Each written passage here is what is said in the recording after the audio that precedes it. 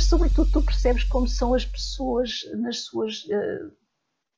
como por um lado são julgadas por aquilo que lhes é atribuído que sejam. Quer dizer, e como a propaganda passa coisas que são completamente falsas e que muitas vezes os jornalistas compram. Sim. Quer dizer, alguns daqueles boat people, eles vinham para o Ocidente porque achavam que o Ocidente os ia receber bem. Eles eram tão maltratados nos campos de refugiados, tinham tanta dificuldade em passar para os países que queriam passar.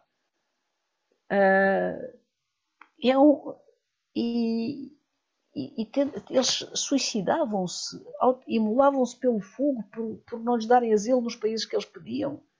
Havia coisas assim terríveis, como num dos campos também um afegão chega ao pé de mim e diz-me, eu vim porque eu ouvi a Voz da América, e a Voz da América dizia que a América era uma democracia, eles estavam na altura invadidos, tinham lá o exército soviético a apoiar o Babrak Karmal.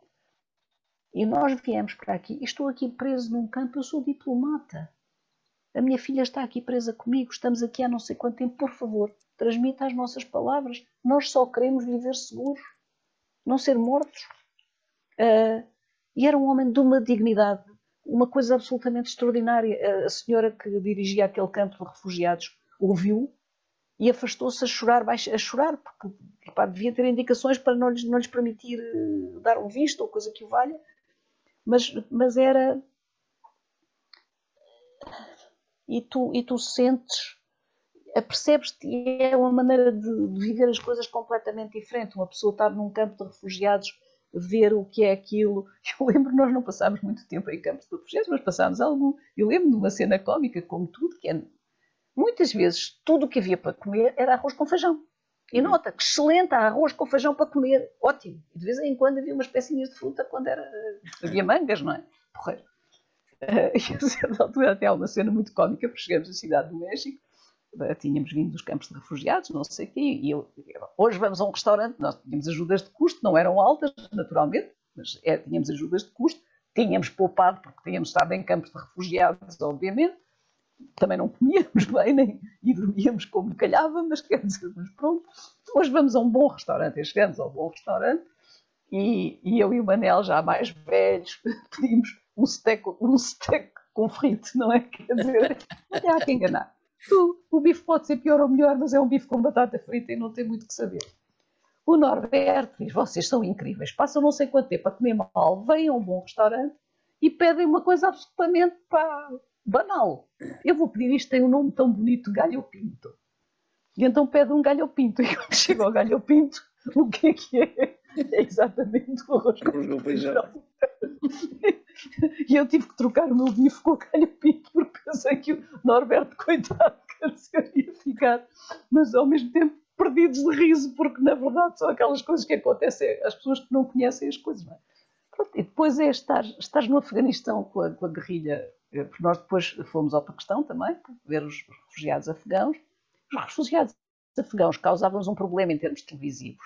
É que, pelo menos aos nossos olhos, não há nada que distinga à primeira vista um afegão de um paquistanês.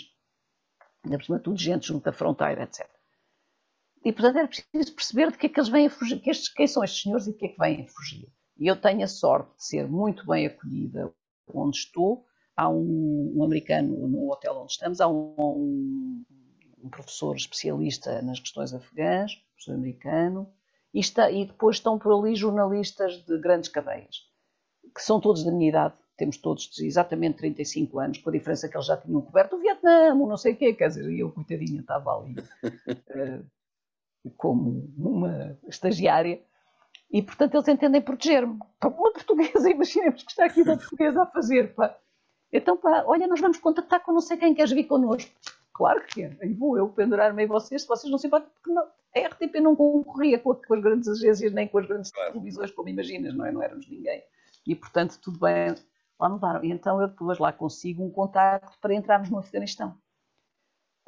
E o Abdullah, que vem falar comigo, eu lá tinha feito aquelas coisas todas, mangas compridas, não lhe estender a mão, essas coisas todas que eu cumpro, porque acho que se vamos fazer jornalismo, então temos que não começar por entrar em choque com as pessoas, não respeitando as regras, e portanto respeito as regras. E expliquei-lhe que eu era a responsável da equipa. E ele disse, pois, para entrarem connosco, eu compreendo, eu já estive no Ocidente e sei que vocês são diferentes, veem as coisas de uma forma diferente, mas os meus guerreiros, uma mulher, vai ser um bocado complicado, não sei o quê. Não pode apresentar um dos seus colegas como seu pai ou seu marido. E então o Manel já era mais velho que eu, pai, uns 10 anos, e o Manel tinha uns grandes bigodes, uma barba, tinha o cabelo já a ficar branco e tinha sobretudo um bigode e uma barba brancas. Ficar brancas também. E passou a ser meu pai para aqueles efeitos, digamos, do Afeganistão. E então entramos no Afeganistão com os guerrilheiros Mujahedin. E foi, além de ser uma aventura que uma pessoa não esquece, quer dizer, eu que tenho, na altura desmaiava quando ia à Serra da Estrela, porque tinha um problema de tensão muito baixa e na altitude sentia-me mal, vi-me andar a 4.500 metros, ou coisa que o valha, eles andavam a uma velocidade louca, e cada vez que eu dizia, vocês diziam que isto levava 1 hora, eu estou a andar há 5 horas, porque tu andas tão devagar, e era verdade, quer dizer, é que nós não conseguimos, mas não era só eu, o Manel Norberto também não conseguiu andar mais depressa, não é? Mas em que tu de repente passas a ver aquelas pessoas com cuja política em princípio não concordas muito, não concordas com o Babrak Karmal, mas também não concordas com o Mujahedin totalmente, não é? Naturalmente, mas começas a ver as coisas de outra forma, porque a gentileza, por exemplo, eu sabia que eles quando chegavam a um sítio com água iam fazer abluções e rezar. E eles faziam-me sinal para eu estava vestida de homem, naturalmente, mas era uma mulher, eu sabia. E, portanto, pediam para eu me afastar e eu afastava-me, porque nisso cumpro completamente as regras. Afastava-me e não sei o quê. E um deles, por exemplo, faz esta coisa lindíssima, está a rezar, o Manel está ao pé, e ele pega numa pedra do rio e dá ao Manel e diz, leva para te lembrares no teu país da luta que nós travamos aqui, e que Deus te por aqui lá te proteja. Quer dizer, e é uma irmandade imediata, uma coisa, uma relação que eu acho que é, por um lado, um bocadinho perigosa, em termos de objetividade, como, aliás, há um texto de um colega nosso que escreveu que, a certa altura, estava em Angola a fazer a cobertura da guerra civil e de um lado está a ser ateísta, é o MPLA que está a atacar e ele está do lado das forças da UNITA. E, de repente, ele que não é nada para a UNITA, mas só deseja que a UNITA ganhe, porque o lado não está, graças. Não é isso, perdem, sabe-se lá o que é que acontece. E eu acho muita graça. Porque isto acontece aos jornalistas, como é óbvio. Tu, a certa altura, estás ali numa posição que é um bocado, obviamente, eu não estava armado. E depois acontecem coisas muito engraçadas, que eu acho que é por isso que os jornalistas morrem tanto em campanha. Porque, por exemplo, a certa altura, nós já estávamos cansadíssimos, não sei o que, eles arranjam umas mulas onde nos pôr. Andar de mula não recomendo a ninguém, não é? Cavalo eu gosto, mas a mula é um bocadinho mais complicado. Sem sela, sem rédeas, sem essas coisas, não é? Quer dizer, bom. E sem falar e essas coisas que nós dizemos para eles devem significar, coitado, à pobre da mula, uma coisa completamente diferente. Então eles acharam que eu, que era uma senhora, era o melhor era ser atada à mula para não cair. E o equipamento também todo muito bem atado, não sei o quê. Eu lá ia na mula a subir e descer montanhas. A certa altura desata a chover e toda a gente se refugia numa casa onde estava um silo, digamos, onde estavam cereais e não sei o quê. Esqueças que eu estou atada e não posso sair da mula, porque eu fico na mula a apanhar a chuva. Entretanto, alguém se lembra de mim e me vem buscar. E eu entro, estou extenuada, e eu que tenho alergia à palha, deito-me no meio da palha, quer dizer, e adormeço quase instantaneamente. Entretanto, mas deu para perceber que o silo está cheio de pessoas, e naquela altura os grupos guerrilheiros afegãos matavam-se todos uns aos outros. No intervalo de matar as tropas de Babrak Karmal também se matavam uns aos outros. E eu só pensei, pá, espero que não sejam grupos inimigos e que isto não desate tudo aos tiros. E tumba adormeci. E no dia seguinte o Manel diz-me, ó Diana, tu conseguiste dormir? Eu disse, perfeitamente, olha, tenho asma dos fenos, nem dei por isso. E ele disse, pá, não dormi quase nada. E eu disse, mas o que é que foi? Houve algum problema? Ele disse, não, só pensava, estamos aqui nós, só há uma mulher, e se eles se lembram de atacar, o que é que nós fazemos? Que era só ele e o Norberto. E eu disse a Manel, nunca tal ideia me passou pela cabeça. porque enquanto jornalista eu não sou mulher, sou jornalista. Quer dizer, não me passa pela cabeça. É evidente que tem que te passar, quer dizer, e que a pessoa convém ter o bom senso de pensar nisso. Mas na altura tu estás tão embrenhado no que estás a fazer e tens tanto a ideia, que eu já ouvi relatar isto a outras pessoas, acontecer-lhes o mesmo. E já vi à minha frente, na altura aqui, com o copo com a disparar para cima de manifestantes, em frente a Caxias, e uma jornalista da capital fotógrafa a tirar fotografias, e eu atirei ao chão e disse, olha que eles estão a disparar para cima de nós. E ela disse, mas porquê eu só estou a tirar fotografias? Pois, vai explicar isso aos gajos que estão a disparar. Porque nós nos esquecemos, nós estamos a testemunhar, somos testemunhas, não temos que ser metidos. Aquela guerra não é nossa, não temos que ser metidos na guerra. A verdade é que somos e somos abatidos, como é óbvio, podia ter acontecido qualquer coisa. Não aconteceu, mas podia ter acontecido. E pronto, e tu vais percebendo mais coisas sobre a tua profissão também, sobre a própria maneira como tu reages às coisas, sobre os riscos que a objetividade corre quando te começas a aproximar, mas também o facto de que tu nunca te podes esquecer que há uma coisa que tu tens que defender, que são os direitos humanos. E os direitos humanos são iguais mesmo que à tua frente esteja um tipo que tu não gramas de maneira alguma. E que até te tenha feito mal. Mas o dever do jornalista é defender os direitos humanos. E todas aquelas pessoas tinham sido vítimas de uma forma ou de outra. Portanto, foi um trabalho absolutamente extraordinário. Ensinou-nos imensas coisas sobre nós, sobre os outros.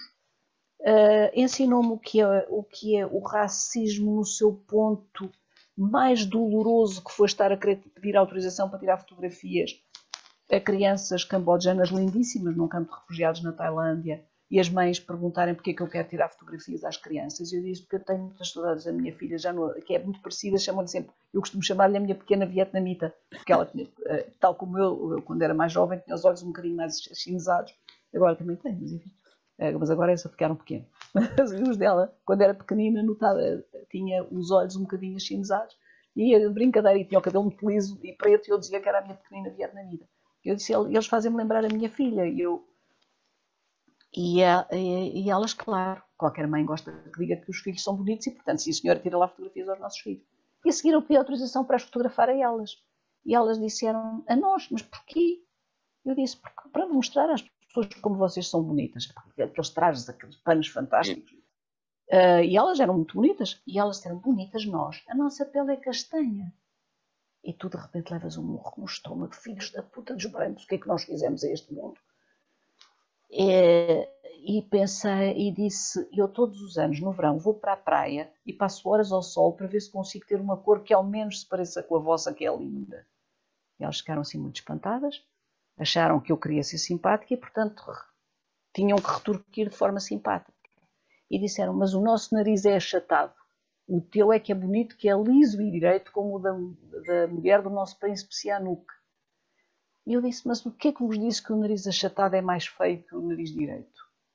E de repente pensei, mas como é que nós conseguimos meter na cabeça destas pessoas? Quando às vezes nos indignamos com brutalidades da luta antirracista e quando às vezes dizem algumas coisas que na verdade até eu levo a mal, que sou relativamente feroz nessa luta, mas de vez em quando há coisas que me chocam um bocadinho. Quando me explicam és branca, não tens nada a ver com isto, calma aí. Eu sou branca, ajudei a estragar isto, portanto tenho tudo a ver com isto, está bem? Não me chateia, tenho a cor do opressor, portanto tenho uma responsabilidade. Mas tu de repente sentes que tens a cor do opressor e que não há nada que tu possas fazer, a não ser pintar de preto, o que seria ridículo. Por mais que tu lutes, quando pela primeira vez aparece uma dessas pessoas, o que ela te vê é com a cor do opressor, não te vê como a Diana Andringa, uma gaja porreira. Vê como branca, daqui não vem grande coisa. Isto aprendi.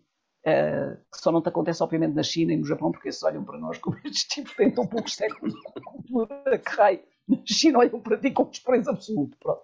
Mas de resto. E portanto aprendes a lidar com isso, aprendes a lidar com o medo, aprendes a lidar com o medo dos outros, aprendes a viver. Foi 3 meses e meio muito duros, éramos 3. Havia dias em que um estava mal disposto e era mal criado com os outros. Houve um dia em que eu lhes disse, olha, agora vocês ficam no hotel e eu vou passear sozinha. E fui passear para Hong Kong sozinha à noite. E eles em pânico. Mas nós vamos contigo. Não, que eu já não vos posso nem ver. Não posso, estou farta de vocês. Agora eu preciso estar sozinha um bocadinho, quer dizer, se me acontecer alguma coisa vocês saberão. E não aconteceu nada, claro, andei a passear, a meio acalmei-me, percebi porque que eles estavam naquele dia tão nervosos e não sei o quê, e depois, pronto, no dia seguinte já estava tudo bem. Mas que é outra coisa, por exemplo, muito útil no confinamento, quer dizer, é tu percebes, quer dizer, que a certa altura apetece bater em toda a gente que está à volta e que estás farta das mesmas conversas todos os dias, por melhor e por mais que gostes da pessoa que está à tua frente. Quer dizer, já ouvi isto em qualquer lado. Eu até já estou a ficar farta de mim porque tenho a sensação que repito muitas mesmas histórias, já estou farta de mim. Mas pronto. Mas, portanto, essa viagem é aquela que eu nunca mais na vida poderei esquecer. E que passei e que me explicou também o que é o trauma vicariante, que é a pessoa que ouve o drama dos outros, não os vive, mas ele penetra em nós. Exato. E nós, jornalistas, temos esse risco. Eu ainda hoje tenho pesadelos às vezes, e muitas vezes, eu costumo dizer que tenho um armário de vozes, de vez em quando ouço uma frase e é dita por outra pessoa e com o tom de voz dela, quer dizer, ainda tenho na cabeça tons de vozes de uma coisa que foi feita em 83. E obviamente que tenho as histórias bem presentes porque são histórias dramáticas. Agora, essa foi a mais importante de todas. Depois, quando cheguei, como é do meu costume, eu devo ter um mau feitio do caraças, não se pode usar estes termos, mas pronto, tenho um mau feitio, devo ter, e portanto, uns tempos depois, eu acho que o trabalho que eu fiz do ponto de vista jornalístico era francamente muito bom. Do ponto de vista televisivo não era, desde logo tu vais fazer uma viagem, vais andar em montanha e não sei o quê, com uma câmara que pesa 8 kg e um gravador que pesa 12 ou vice-versa. A câmara era deste tamanho, o gravador do mesmo tamanho. Tinham que estar ligados por um fio, que não dá mobilidade nenhuma ao operador e ao assistente. Deram-me uma bola de vento amarela, portanto, quando tu estás com o microfone amarelo, fica tão bem no meio de uma montanha, assim, uma coisa mesmo bonita, uma bola de vento a dizer RTP amarela, fica muito bem numa montanha. E, portanto, é verdade que do ponto de vista de filme, aquilo era mau, não era bom. Agora, era um trabalho jornalístico, do ponto de vista da reportagem, eu acho que era francamente bom, do ponto de vista audiovisual, com certeza, e era a primeira coisa grande que eu fazia, portanto, não era grande coisa. Não era, de facto. E, portanto, fui afastada da grande reportagem e voltei ao telejornal. Voltei ao Internacional Telejornal, de que fui depois afastada porque... Aí afastei-me eu porque fui proibida de fazer notícias porque os americanos tinham-se lembrado de bombardear, creio que a Líbia, e eu fiz a peça que tinha chegado e, aliás, como eu não estava na Líbia, o que eu fiz foi traduzir o texto da jornalista que tinha estado a apanhar bombas e que não tinha gostado, naturalmente. Era uma jornalista inglesa, muito objetiva, mas descreveu as coisas como elas eram. E o meu chefe entendeu que era parcial e, portanto, entendeu que me proibia de fazer coisas. E eu fui pedir para mudar para a direção de programas. Disse, estou farta disto. Estou farta de jornalistas até os olhos, de jornalistas que são todos muito objetivos e independentes, mas depois dizem que horror, uma pessoa 3 minutos sentada a narrar torturas, isto é uma imagem televisiva que se apresente. Pá, não sei entender-me com isto. Fui para a direção de programas, onde estava o Carlos Pinto Coelho, na altura. E fiquei na direção de programas e aí fiz algumas reportagens também, mas na direção de programas. E depois, a certa altura, o que é que acontece? Acontece que eu tinha proposto fazer uma coisa sobre o Aristides Sousa Mendes. Como é que é? Eu ainda volto a ser colocada, salvo erro, na grande reportagem. Há qualquer coisa assim, ainda volto, depois fecha. Não, já não sei muito bem. Sei que depois tinha proposto fazer uma coisa sobre o Aristides Sousa Mendes. E cuidadoso, como toda a gente sabe da minha mania de ouvir as pessoas e fazer aquilo que na televisão se chama cabeças falantes, porque eu gosto de pessoas a falar e gosto de as ouvir e acho que a cara de uma pessoa a contar a sua história pode ser tão importante como, ou muito mais do que um riozinho bonito a passar. Eu gosto muito de rios, mas pronto. E então dizem-me, ok, faz o Aristides Sousa Mendes, sou colocada no Departamento de Artes e de Documentários, Cultura e Documentários, ou qualquer coisa assim, agora não me lembro exatamente, Artes e Documentários. E falo ao Rui Esteves, que era o chefe, que gostava muito de fazer o Aristides Sousa Mendes, que o projeto ainda não tinha passado, não tinha sido assim acolhido com grande entusiasmo. E ele diz, vamos fazer, temos de arranjar dinheiro para isso, para fazer bem tem que ser uma coisa com dinheiro, mas importas de trabalhar como realizadora? Eu disse, não, eu sei que eu não sei realizar, eu sou jornalista, não sou realizadora. E então ele diz-me, sugere-me a Teresa Olga, que além de uma grande realizadora, é uma camarada de trabalho absolutamente fantástica, é uma pessoa absolutamente fantástica. E com uma produtora, que era a Fátima Cavaco. Na altura, o Alfredo Tropa, que era casado com a Teresa Olga, toma conhecimento do projeto e ele está no arquivo e está em ligação com os arquivos internacionais. E então consegue interessar outras televisões também em colaborar. Nós precisávamos, por exemplo, da televisão francesa, etc. Portanto, temos um apoio e conseguimos algum dinheiro para fazer o trabalho. E é um trabalho que eu acho que correu bem. Mas já porque as histórias são fantásticas, mais uma vez, as pessoas são fantásticas. Tive a ocasião de conhecer, também não me esqueço, quer dizer, conheci pessoas extraordinárias, o Sylvain Bromberger, que ele era belga de origem, que morreu há pouco tempo e que era uma das pessoas salvas por Sousa Mendes quando tinha 16 anos, e que era um tipo absolutamente extraordinário.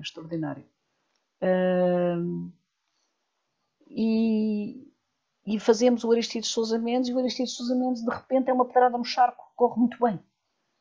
As pessoas, o filme passa em França, eu no outro dia estive a ver, porque estava à procura de uma coisa que me tinham perguntado sobre o filme, e encontrei críticas francesas muito mais entusiásticas do que as críticas portuguesas ao filme sobre o Aristides Sousa Mendes. Ora, está bem filmado, foi a Teresa que filmou, embora em certas alturas eu dizia, a Teresa, sei lá, o Silvano está a fazer o seu depoimento, e tínhamos combinado que no final ele está em frente ao sítio onde recebeu o visto. Está sentado. Tínhamos combinado que ele, quando saía faz de conta, pela esquerda. E ele está de tal maneira comovido que, obviamente, sai pelo lado errado. E a câmara não apanha a saída dele bem, e a Teresa diz, Silvano, desculpe, mas vamos ter que repetir. Eu disse ao Teresa, tu podes repetir 15 vezes se quiseres. Agora, a que vai para o ar é esta. Porque nesta o Silvano viveu. E a Teresa percebeu logo. A Teresa é uma pessoa que percebe essas coisas, que há realizadores que são muito fixos em que a imagem tem que estar muito bonita. Mas aqui sabíamos que o que era importante, muito mais importante, era o testemunho. E o testemunho estava nos olhos dele. Tu vias tudo o que se tinha passado nos olhos dele. Não era preciso. E, portanto, também tive a sorte. Depois correu bem. E a partir daí, como estava nas artes e documentários, passei a fazer documentários sobre escritores, sobre cineastas, alguns ainda com realizadores, e como depois acho que falaram-me no Bento Jesus Caraça, o Bento Jesus Caraça fiz com a Cristina Antunes, mas eu fazia o guião e as entrevistas, e os realizadores faziam a sua parte da realização. No caso, a Cristina também era muito jovenzinha e tinha aquela modéstia simpática de discutirmos o que é que íamos fazer, não era vai ser assim porque é assim. Felizmente nunca apanhei nenhuma das pessoas que me dissesse isto é assim porque é assim, das pessoas com quem tive trabalhos a meias. E portanto foi assim, fui-me treinando a fazer a partir de certa altura já eu filmava, ou seja, isso não, que se eu pego numa câmera a coisa não sai muito boa, mas eu própria fazia a realização dos documentários que fazia, e foi esse o percurso que fui fazendo. E depois de sair da RTP tive a sorte de ser convidada logo pouco depois pela Fado Filmes para ir fazer um filme em Timor com o Escudeiro. Eu ia fazer precisamente as entrevistas e o guião. O Escudeiro realizava. Acontece quando chegámos, começou por tudo correr mal, porque o filme era um percurso feito com o Xanana, e o Xanana tinha acabado de ser convidado para fazer isso com a televisão australiana, e obviamente preferiu a televisão australiana, e nós tivemos que inventar outro filme. E por outro lado, o Escudeiro começou a estar adoentado, ele tinha partido o omoplato, a clavícula, já não sei muito bem, estava a ter muitas dores e começou a estar adoentado e teve que ser reenviado para Lisboa, e fiquei eu a tomar conta de coisa. E pronto, e a partir daí, olha, comecei a ousar fazer eu também várias coisas, e tive depois uma coisa que também nunca esqueço, enfim, é realizar com o Flora Gomes, que também é uma coisa muito bonita, porque É impossível. Eu tive 15 dias na Guiné para discutirmos o guião. Discutimos o guião na noite em que eu me vinha embora, porque nunca era possível. Porque eu uso palavras, e fora uso imagens. E às vezes tínhamos inventado uma cena lindíssima para fazer quando comunicámos à produção. O Luís disse, mas vocês enlouqueceram. Quer dizer, isso é impossível de fazer na prática, a não ser em não sei quantos meses, com não sei quanto dinheiro, com não sei o quê. Pronto, lá tivemos que ser mais modestos e fazer uma coisa um bocadinho diferente. Mas fez-se que era o que era preciso. E pronto, e foi assim. Foi assim. E eu considero que isso é um trabalho jornalístico também, claro. Embora tenha uma vantagem sobre todos os outros pobres jornalistas que fazem as coisas diárias. É que temos o luxo do tempo. O tempo, claro, que é fundamental. Relativamente, portanto, ao longo desse percurso todo na RTP, havia formações, isto é, os jornalistas tinham, e no teu caso em específico, para além do curso que fizeste com o Guibert, havia algum tipo de formação ao longo dos anos? Como é que era feito? Havia. Eu lembro-me que quando eu cheguei de fazer os refugiados, fui depois enviada para um curso de iniciação ao jornalismo televisivo. Uhum. Digamos que já tinha sido mais útil se me tivessem feito o outro antes, mas pronto. Digamos que esse curso não teve assim muito, não teve, como diria o Herman, não teve muito substrato. Mas pronto, mas fez-se porque tu nunca perdes em aprender. E há sempre alguém que te diz uma coisa nova, ou te apresenta uma outra perspectiva ou uma outra forma de olhar. Portanto, eu acho que isso nunca se perde. E, portanto, mandaram-me fazer e eu, com certeza, depois. E depois, mais tarde, fui eu própria estive a fazer, a dar eu uma ação de formação, entre muitas outras pessoas, naturalmente, mas pronto, sobre grande reportagem, etc.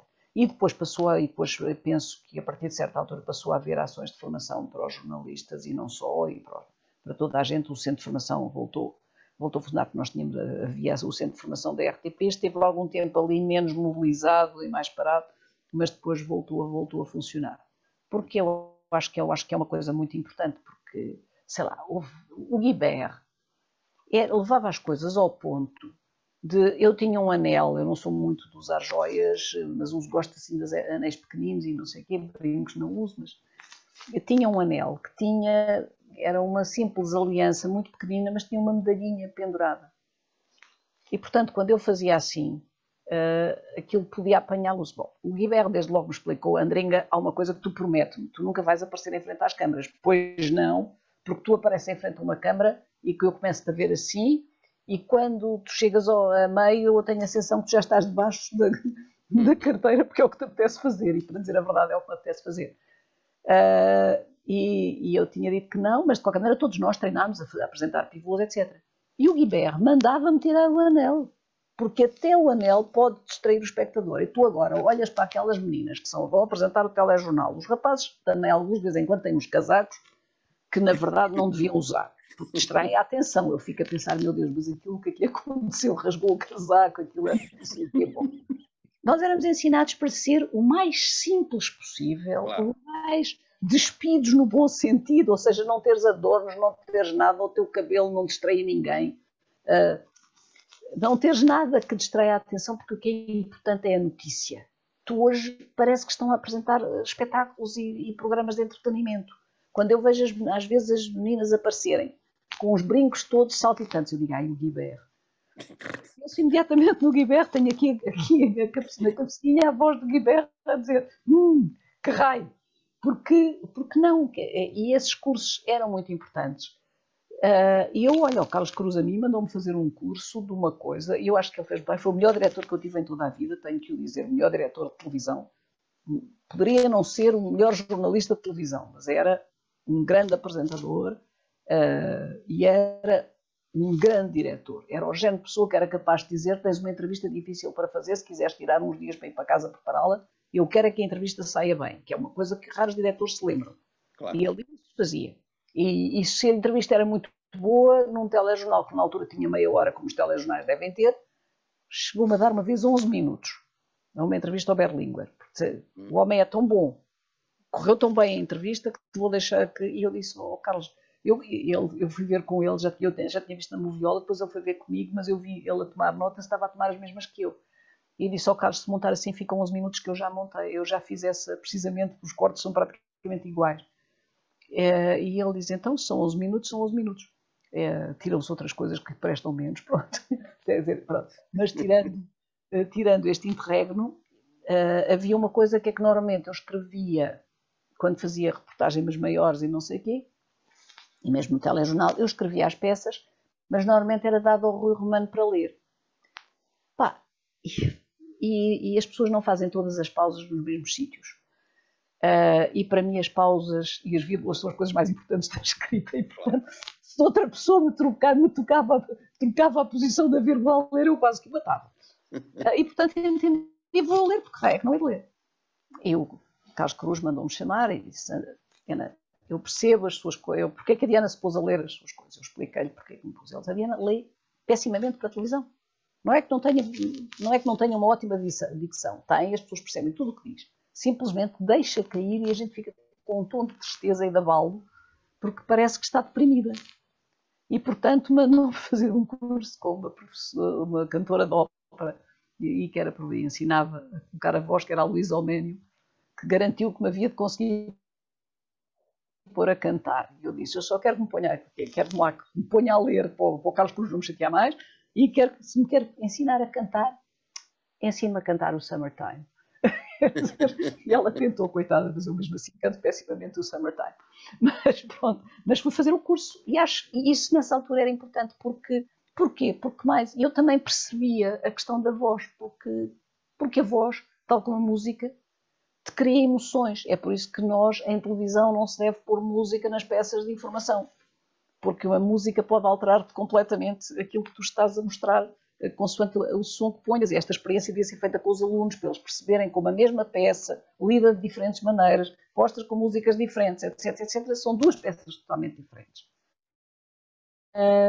E, portanto, de alguma forma, eu podia destruir as peças pela própria maneira como lia. Portanto, temos de ter a modéstia de perceber que não nos estão a ofender, não é uma ofensa, tens que aprender. As coisas aprendem-se. Eu não sou apresentadora de televisão, eu não sou showwoman, eu sou uma jornalista da escrita, da imprensa.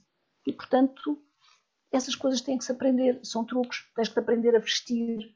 Quer dizer, até isso, havia na altura na RTP uma pessoa, provavelmente ainda há, mas havia uma pessoa, já não será a mesma, não é de certeza, que nos dizia como é que nos devíamos vestir. E mais uma vez eram as coisas mais sóbrias, bem pensadas, etc. E para isso, se tu só estás ali para servir a informação. E neste momento o que parece é que nós estamos aqui para... Eu estou aqui para mostrar e depois há aqui umas notícias. Olha, vou-vos dar, faço-vos o favor de vos dar as notícias. Não são lá muito interessantes, mas olha que remédio, lá tenho que passar isto. Não há outras. Boa. Mas pronto, são situações completamente... São outros tempos. São outros tempos, mas eu acho que a faculdade... Como é que tu olhas para estas diferenças? E como é que tu olhas para estas diferenças? Olha, com uma grande tristeza, porque acho que se não soubermos fazer melhor, a responsabilidade é da nossa geração. Depois, com uma grande preocupação, porque a maior parte dos jovens jornalistas hoje, e há jovens jornalistas brilhantíssimos, temos que ser honestos, e não é no meu tempo é que era bom, não, no meu tempo havia bons e maus, e assim como em todos os tempos. Hoje em dia há jornalistas brilhantíssimos, na escrita, mas também não só na escrita, há muito bons jornalistas.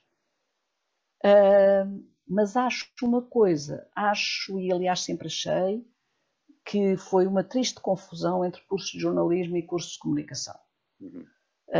Eu não quero ser comunicóloga, apesar de ter um doutoramento em Sociologia da Comunicação. E eu, quando me apareciam os jornalistas, futuros jovens jornalistas, que eram estudantes na Nova, e quando nós estávamos na RTP, na 5 de outubro, os estudantes da Nova, nós éramos os melhores entrevistados, estávamos ali mesmo à mão, estás a ver? Era só andávamos assim. Era só atravessar a rua. Epá, e não foi nem um nem dois que chegavam ao pé de mim e diziam, pegavam e não pegavam, levavam um livro com eles, mas diziam assim, Habermas diz que, o que é que quer comentar? Eu dizia não. Ele diz isso aonde? A propósito de quê? Qual é o contexto? Eu não comento coisas fora de contexto. nem é o meu papel comentar frases do Habermas se não tivermos num debate sobre ele e que eu me tenha preparado, lido a mesma coisa que você, mas sobretudo saiba qual é o contexto. E eu dizia, mas porquê que vocês me vêm perguntar? A vossa hipótese como jornalistas é bastante maior poder entrevistarem um ciclista, um futebolista ou um ministro da administração interna. Quer dizer, claro. E vocês nem sequer distinguem quem é que manda em que órgão de polícia. Ninguém vos ensina isso. Quer dizer, não pode ser. Não pode ser. Eu acho que foi um erro crasso. E depois pensei em fazer um mestrado na Nova, depois foi por outro motivo, porque fui filmar outra coisa que não pude fazer. Precisei fazer um mestrado e quando chego a uma aula e vejo o quadro escrito em grego, que era para nos explicar alguma coisa certamente muito culta, eu pensei, meu Deus, pois, eu sei porque quando estava no sindicato fui tentar defender, e depois conseguimos, a história de que os jornalistas mais velhos deviam voltar à universidade para fazerem pós-graduações e para depois poderem ensinar, porque nós não ensinávamos porque não éramos licenciados. Grande parte da minha geração não é licenciada, não é? Não ensinávamos nós licenciados. E depois, às vezes, os que nos convidavam, fui convidada para dar aulas em Setúbal, e eu disse, eu saí de medicina nos anos 60, eu sei lá ensinar comunicação social nos anos 80 ou 90. As coisas mudaram muito, entretanto. Portanto, convinha-nos aprender, era bom que voltássemos e criávamos uma nova relação. E houve uma reunião, o Marçal Grilo, que era o Ministro da Educação, convocou os reitores e os responsáveis pelos departamentos de comunicação social de várias universidades para falarem connosco. E eu ouvi coisas que nunca na vida esperava ouvir, como, por exemplo, que vocês não têm capacidade para fazer um mestrado. E aí eu passei-me e disse, olha, se eu não tenho capacidade para fazer um mestrado, é que vocês não têm capacidade tutorial para ensinar no mestrado. Porque um bom orientador, com a experiência que nós temos de ouvir, ler, escrever, etc., se nós não fazemos bons mestrados, é só porque vocês não sabem ensinar, não sabem orientar. É a única explicação possível. E foi daí que surgiu depois a pós-graduação em comunicação e jornalismo do ISCTE e da Escola Superior de Comunicação Social, e que depois, de facto, não pudemos fizemos a pós-graduação, não podíamos fazer mestrados, não éramos licenciados, mestrado exige licenciatura, e tivemos que passar para doutoramento. É por isso que eu sou, como eu digo, uma doutora novas oportunidades, que sou doutora sem ser licenciada.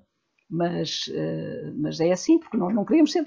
doutor para quê? Quer dizer, eu só achei graça por uma coisa, achei graça, naturalmente, ao curso, ao trabalhar, etc. Mas achei graça, eu dizia sempre de brincadeira, porque quando era presidente do sindicato, hoje, mesmo antes de ser, como jornalista, as pessoas passam-nos logo a tratar por doutor, porque isto é Portugal, somos todos doutores. E então ligavam para o sindicato e diziam que queriam falar com a doutora Diana Andringa. E eu dizia, eu sou a Diana Andringa, mas não sou doutora. Desculpe, senhora... Era aqueles anedotas, engenheira. Não, eu sou Diana Andringa. O meu nome é o meu nome profissional. Eu sou tão importante que não preciso ter outro qualificativo. Sou eu. E então, e disse, eu só admito que me chamem doutora quando eu for mesmo doutora por inteiro, quando tiver feito um doutoramento. E agora já me podem chamar doutora, já não fico ofendida. Pronto, olha que chama-me lá doutora, eu digo novas oportunidades. Mas pronto, mas fica. Mas eu acho que a mistura entre comunicação social e nota, como te digo, eu trabalhei em publicidade, não me caio os parentes da nota por isso. A mistura entre comunicação social e jornalismo criou montes de equívocos. E por outro lado, os cursos de jornalismo, era o que eu dizia, vocês desculpem, vocês não ensinam estas criaturinhas de história de Portugal? História universal? A história do século XX? Eles não têm que saber a história do século XX, mas tudo o que se passa hoje é determinado por essas coisas que aconteceram ali. Não sabem, não querem saber, não têm que saber. Geografia. E tu depois vês coisas fantásticas. Eu sou péssima em geografia de Portugal, porque continuo muito angolana, apesar de tudo. Também conheço pouco da geografia de Angola, mas quer dizer, não sou daquelas. Posso dizer que conheço muito bem o país, não seria verdade. Mas eu às vezes faz-me a impressão que tu vês dar notícias. Eu sou de um tempo em que se dizia que a BBC dizia aos seus jornalistas, quando fazem uma notícia em que referem a Rainha Isabel, dizem, a Rainha Isabel, abre, vírgula, apostou continuado, Rainha de Inglaterra, Isabel II, vírgula, apostou continuado, Rainha de Inglaterra, fecha vírgula, fez isto, não sei o quê, porque as pessoas não são obrigadas a saber quem é Isabel II. Bom, tu hoje em dia ouves as pessoas falarem do não sei quem, que tu não fazes a mínima ideia quem é, nem tens que saber, às vezes é um tipo de terceira de um partido qualquer ou de uma instituição qualquer. Não explicam quem a pessoa é. Num sítio tal, está a haver um incêndio num sítio tal, e o sítio tal não é dito onde é que fica. E as pessoas que são de Faro, se calhar, não sabem onde é que fica o Oleiros, e as pessoas de Oleiros não são obrigadas a saber onde é que fica o Coutinho. Claro. Quer dizer, não é. Deixaram de ser feitos enquadramentos. Apostos ou continuados parece ser uma coisa que as pessoas deixam. Chama assim também, há de chamar outra coisa muito mais complicada que eu não sei dizer. Mas, de qualquer maneira, o que eu acho é que se fizeram cursos que não são feitos... Eu costumo dizer, se eu tivesse que escolher jornalistas, escolhia sempre pessoas que não viessem de curso de comunicação social. Escolhia gente que pudesse vir... gente de um bocadinho de todos os lados. Mas, se calhar, mais gente do direito, da sociologia, da antropologia do que da comunicação social. Fiquei muito contente quando o curso de Coimbra, por exemplo, era um curso, Mesquita que preparou aquilo, foi como um curso de jornalismo. Exato. Porque há uma diferença. Eu hoje vejo na televisão, não vou dizer quem é, mas diria que um dos meus antigos alunos, que aliás quando me vê, eu vou-lhe dizer mal de uma peça, ele diz, eu pensei logo, se a professora Diana vê isto, vai lá na cabeça. Mas ele não queria vir para jornalismo, neste momento é um dos jornalistas que mais vezes aparece. Ele não queria ser jornalista, o que ele gostava de ser, quando muito jornalista desportivo, está como jornalista de outra coisa completamente diferente. Faz melhor ou pior, claro, vai melhorando com o tempo, comete erros como todos nós e melhora ou piora. Mas não foi para isso. Se calhar o meu mais brilhante jornalista de Setúbal, neste momento, não arranjou emprego no jornalismo. Embora depois até tenha feito um mestrado também, não sei o quê, não arranjou emprego no jornalismo. Encontrei uma vez como comissário de bordo de um avião. Quer dizer, e isto a mim entristece-me. Isto a mim entristece-me porque, primeiro, porque acho que as pessoas que são boas devem ser postas naquilo que são boas a fazer. E depois porque acho que eu não posso culpar os jovens jornalistas quando cometem erros desses, porque foi o sistema que criou tudo. Quer dizer, eu via ir fazer perguntas ao Ministro da Administração Interna que era da competência do Ministro da Justiça, por exemplo. E depois tinha que se lhe explicar, olha, não, mas sabes, essa polícia não é que tu estás a pensar, depende do outro. Quer dizer, fazem-se, e depois passou-se a fazer uma coisa que a mim me choca muito, que é aquela noção da objetividade, é ouvir os dois lados. O jornalista deixou de ver e de ouvir. O jornalista estende o microfone aos dois lados.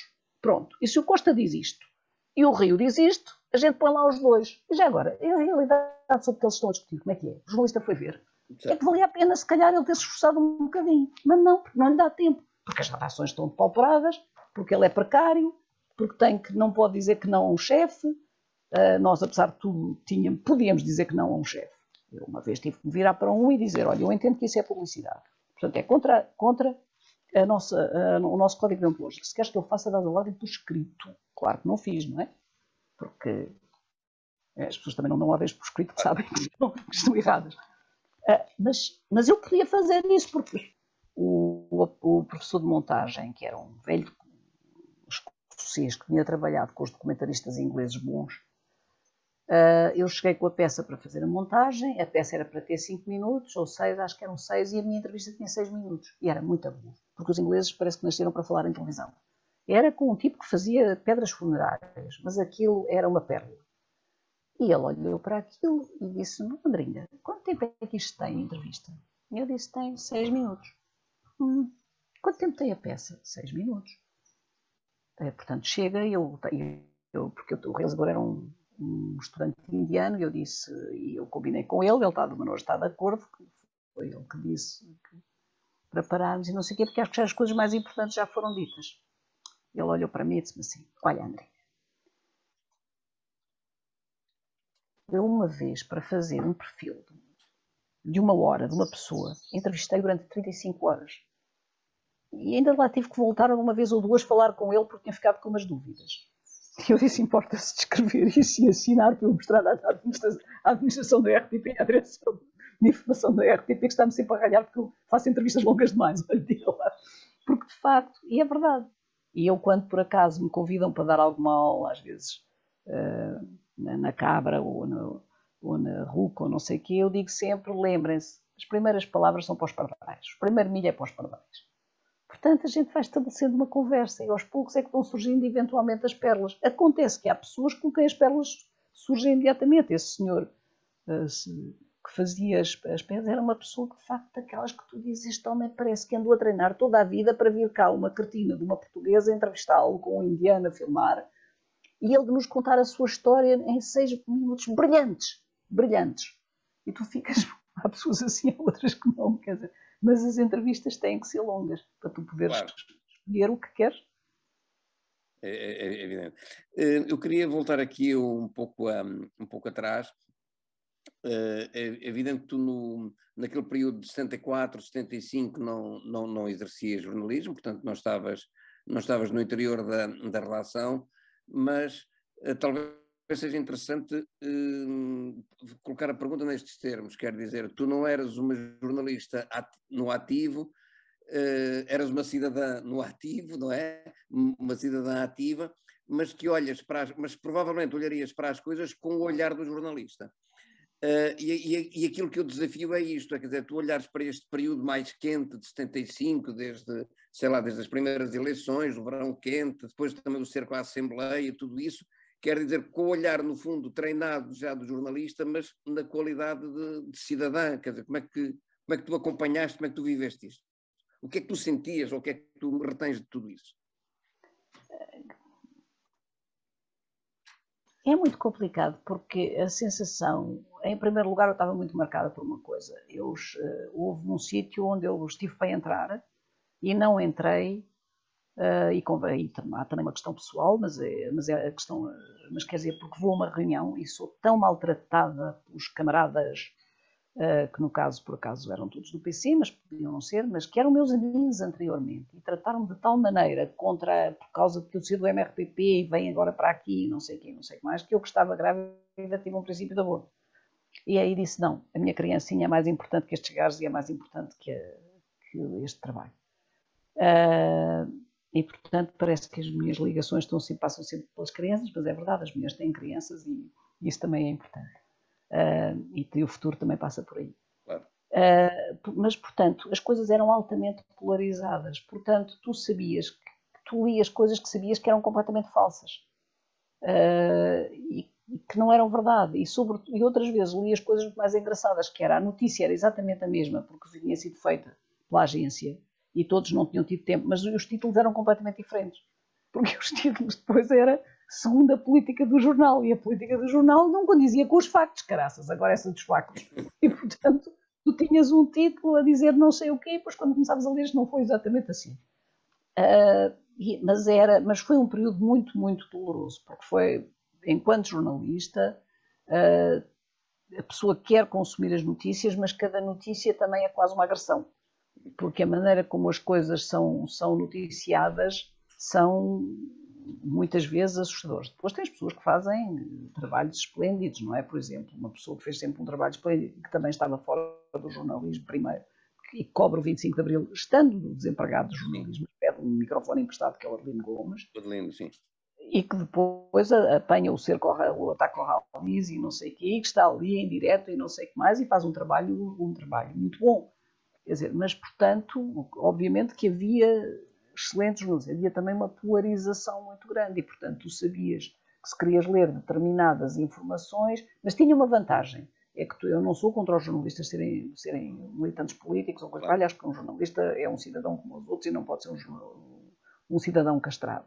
E, portanto, é livre de ter as suas coisas. Já agora, se puder contar um bocadinho a realidade e depois dar a sua opinião, era melhor. Mas tu, por exemplo, sabias, quando lias um jornal, tu sabias que se o jornal é este, vai dizer isto. E se é o outro, vai dizer isto assim, assim. Portanto, tu provavelmente tinhas que ler quase a imprensa, tinhas que ler vários para chegar à realidade. E tinhas que escolher quais é que querias ler. Mas foi um período em que andámos em lutas verdadeiramente, lutas quase à pancada física. E portanto era tudo extremamente extremado, desculpa a repetição. Sim. Quer dizer, e levantavam-se, e depois levantavam-se problemas que são complicados, que são os problemas, por exemplo, da liberdade de imprensa. até que ponto é que a liberdade de imprensa te permite seres irresponsável naquilo que dizes? Nunca, talvez, nós tenhamos... Mas isso não se discutia à época, não é? Não se discutia à época, às vezes discutia-se entre algumas pessoas, mas é verdade que não tínhamos tempo para discutir. E se tu quiseres, eu de muitas dessas coisas nem sequer me lembro concretamente, porque era de tal forma, vivíamos de tal forma velozmente que todos os dias nos confrontávamos com coisas novas. E, portanto, era muito complicado, era muito complicado tu conseguires acompanhar. Mas tu vês, por exemplo, o que é a forma como o Diário de Lisboa descreve tudo o que, por exemplo, diz referência ao MRPP. Sim. Pronto. E ainda agora isso foi trazido à baila pelo Ventura, a maneira como o MRPP tinha torturado pessoas e não sei o quê e não sei o que mais. Vês as formas como todas essas coisas são contadas, depois agarras nos jornais de direita e como é que é tratado o PCP, como é que são tratados os outros partidos e não sei o quê. E, portanto, tu tinhas que saber o que é que tu compravas, que era um hábito que já não era a primeira vez, porque eu, quando era jovem estudante, eu morava na linha de Sintra e quando vinha a apanhar o comboio, havia o vendedor de jornais, que estava sentado ali ao pé da saída do metro com os seus jornais, e já sabia que a mim estendia-me o Diário de Lisboa. Antes do 25 de Abril, não é? Quando eu era estudante, os anos 65, 66, estendia-me o Diário de Lisboa. Se não tinha o Diário de Lisboa, estendia-me o Século. E se não tinha o Diário de Lisboa, nem o Século, estendia-me, salvo erro, o Jornal de Notícias. Agora, nunca cometi o erro de me estender o Diário de Notícias ou popular, que não seriam aqueles que em princípio eu leria. Portanto, as pessoas também já liam os seus jornais. Tanto que, por exemplo, repara, na cadeia, nós tínhamos a entrada de um jornal, mas não podias escolher entre o Século e o Diário de Notícias, nem podias escolher nenhum outro jornal, era o Diário de Notícias, ponto. Portanto, essas coisas, portanto, nós já sabíamos que essas coisas acontecem, não temos grandes ilusões. A seguir ao 25 de Abril, isso acontece de forma completamente extremada e é o que eu digo. Quer dizer, nós tínhamos ao mesmo tempo muita informação, porque andávamos metidos nas coisas, etc. Tudo era muito rápido e não tinhas tempo para pensar duas vezes. E sabias que determinados jornais iam contar um acontecimento de uma forma que outros jornais iam contar de outra. E tens as grandes lutas, por exemplo, no Século, em que é eleito primeiro pelos jornalistas o Robbie Amorim, e a seguir há um golpe e é eleito um tipógrafo. E o grupo do Robbie Amorim sai e vai fazer o Século hoje, que é um século alternativo, digamos, coitadinho, muito mais pobrezinho, com muito menos meios e não sei o quê. Porque, de facto, a única coisa que tu não podias esperar era a grande e se calhar é impossível, nem seria possível, a grande objetividade jornalística. Não havia de todo. O que havia era uma luta pelo poder intensa sobre quem domina os órgãos de informação. E logo por aí se percebe o que é que as pessoas querem fazer com os órgãos de informação. Por isso eu fico sempre muito espantada quando há jornalistas que me dizem agora, por exemplo, quando publicámos, eu assinei, entre outras pessoas, uma carta aberta às televisões jornalistas dizendo que não estamos de acordo que eles imponham uma agenda política. E houve jornalistas, meus amigos, que me disseram: como é que tu podes ensinar uma coisa daquelas, insinuar que os jornalistas têm uma agenda política? E uma pessoa diz: mas vocês nasceram quando? Onde é que têm vivido? Marte? E vieram agora em algum veículo espacial? Porque, na verdade, sempre houve agenda política. Depois, de acordo com os momentos, a agenda é servida de uma maneira, é de outra. O patrão que faz um jornal, muitas vezes até vai perder dinheiro. Não vai ganhar dinheiro. Falo porque é importante do ponto de vista da influência. E nós vemos hoje em dia as fusões como são muito, em grande parte em termos de campos de influência. Portanto, só que isso nessa altura foi extremado. Agora tinhas a sensação de estar a viver um período em que todos queríamos mudar o país para melhor. O nosso melhor é que não era sempre exatamente o mesmo. E havia saneamentos à direita, esses foram, num certo modo, consensuais, mas mesmo assim nem sempre, e foram certamente por vezes injustos. Eu dou-te um exemplo, eu tenho um caso de solidariedade que acho dos mais bonitos. Eu digo que a solidariedade é uma coisa muito importante nesta profissão. Pouco tempo depois de eu ter saído da prisão, quando estava no Diário de Lisboa, há uma explosão ali até perto de Lisboa, nessa altura estava na Rua Castilha, há uma explosão que nem sequer é muito longe dali, e que se pensa que possa ser uma explosão política. Na altura está a haver os movimentos que fazem explosões. E que pode ser. E sou eu que sou enviada pelo Diário de Lisboa para ir lá. E quando entra, aquilo está cheio de pedidos, como é normal também. A questão a averiguar. E uma pessoa de direita, que é o Wendel de Oliveira, que nunca escondeu que era um homem de direita, vem ter comigo, percebe que eu fico paralisada, e vem ter comigo e diz-me assim: Diana, não faças nada, diz-me que perguntas é que queres fazer e eu faço por ti. E fez as perguntas que eu queria fazer. Quer dizer, isto existia, e portanto tínhamos que ter em conta, sei lá, tu tens exemplos de pessoas que foram saneadas num sítio e que estavam em 2 empregos ao mesmo tempo, e no outro emprego tinham-se portado sempre impecavelmente, e as pessoas não deixaram que eles fossem saneados. Claro. E foi muito difícil. Isso foi uma coisa que causou muitas divisões e que foi muito, muito, muito difícil de ultrapassar. Eu entrei para a RTP em 78, ou seja, 3 anos depois do Verão Quente. E bem, quando eu entro, sabia-se que eu era do MRTP, essas coisas espalham-se, não é? E havia pessoas que vinham ter comigo a dizer: eu sou de direita, mas... E eu dizia: mas não, eu perguntei-lhe alguma coisa. Não lhe perguntei nada, não quero saber. Quero saber se podemos trabalhar juntos e como é que conseguimos trabalhar juntos e se estamos dispostos a trabalhar juntos seriamente. Não lhe perguntei nada, mas o clima tinha sido tão forte, tão tenso, que 3 anos depois isto ainda existia.